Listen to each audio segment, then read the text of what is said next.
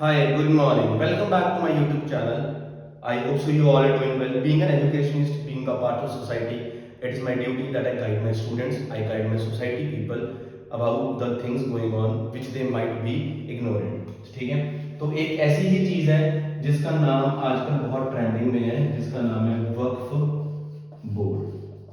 अभी ये वक्फ बोर्ड होता क्या है, इसके बारे में बात करते हैं। ठीक है, क्लियरली वक्फ बोर्ड क्या है। जैसे for example I am a Muslim example, ठीक है, though I am a Hindu but for example I am a Muslim. तो मैंने एक पार्ट ऑफ लैंड निकाल करके किसके लिए रख लिया, अपनी सोसाइटी की, अपनी कम्युनिटी की डेवलपमेंट के लिए।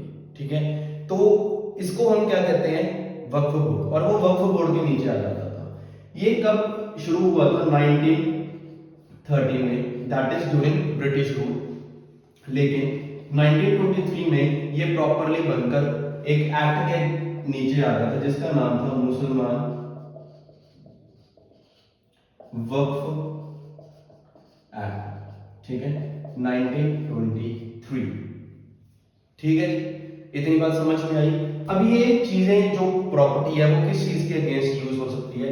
It can be use against mosque, mosque बनानी हो, मजार बनानी हो, ठीक है, कुछ भी है ना, मदरसा बनाना हो, तो इसके अगेंस्ट ये चीजें यूज होती है।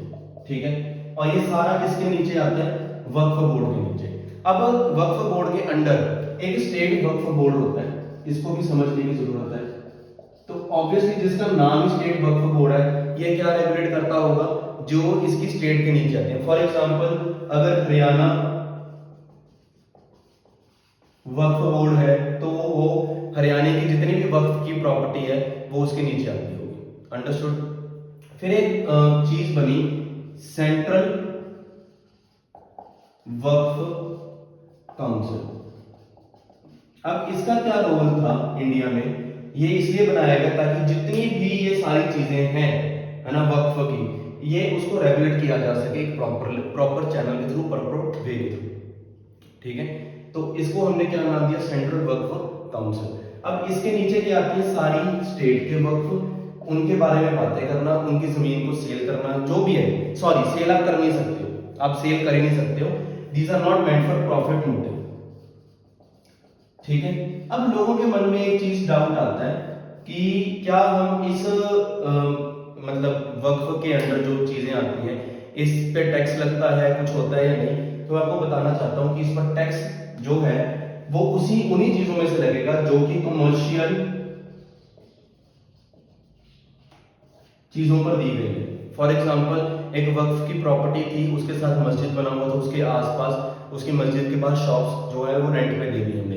तो जो वो रेंट आ रहा है उस पर जीएसटी भी लगेगा, चाहे वो सर्विस टैक्स भी लगेगा, और उस पर जो रेंट आएगा उसकी इनकम कैलकुलेट कर करके उस पर टैक्स पे करना पड़ेगा। ठीक है, तो किसको टैक्स पे करना पड़ेगा, उस स्टेट के वक्फ बोर्ड को। अंडरस्टूड। तो ये है जो हमने चीजें समझ ली थी।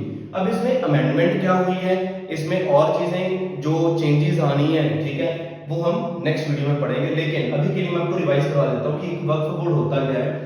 फॉर एग्जाम्पल बीइंग अ मुस्लिम, आपने कोई प्रॉपर्टी दान में दे दी जो कि कम्युनिटी के डेवलपमेंट के लिए यूज की जाएगी।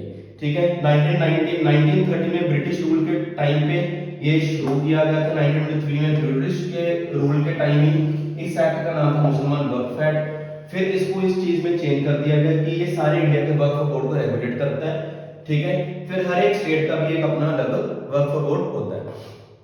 अब इसी के कारण इस वक्फ एक्ट के रिगार्डिंग लोकसभा, राज्यसभा, हमारे इंडिया में काफी चीजें चल रही हैं, जिसकी क्लैरिटी मैं आपको कल की वीडियो में दूंगा, क्योंकि नहीं तो ये वीडियो बहुत लंबी हो जाती है। ठीक है, फिलहाल आपको समझने की जरूरत है कि ये जो वक्फ बोर्ड है ये कुछ नहीं करता है। जैसे अब पंजाब में भी जो गांव है ना, दो गांव की एक सेम जमीन होती थी, सांझी जमीन जिसे कहते हैं, उसे हम शामलट कह देते हैं। उसे हम क्या कह देते हैं, शामलट। क्या करते थे, फॉर एग्जाम्पल मेरी बहुत सारी जगह, मैंने थोड़ी सी जगह साइड पे रख दी, उस पर चाहे गुरुद्वारा साहिब बन जाए, मंदिर बन जाए, या फिर वो हमारे एक साथ बच्चों के खेलने के लिए जगह बन गई, तो उसे शामलाट कहते हैं। सेल परचेज उसकी भी नहीं कर सकते हम, रजिस्ट्री उसकी भी नहीं होती, उसी तरह रजिस्ट्री इसकी भी नहीं होती है।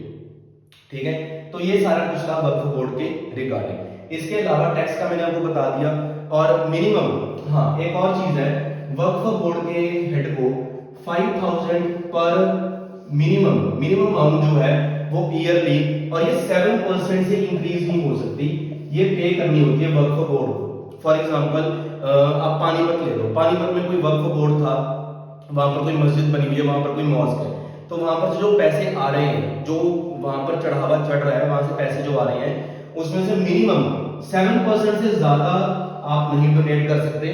डोनेट इन द सेंस आप वक्फ बोर्ड को नहीं दोगे, लेकिन मिनिमम 7% आपको देना ही पड़ेगा, और चाहे 5,000। अब इसमें कंसेप्ट क्या है कि या तो 5,000, 7% से ज्यादा नहीं, ठीक है।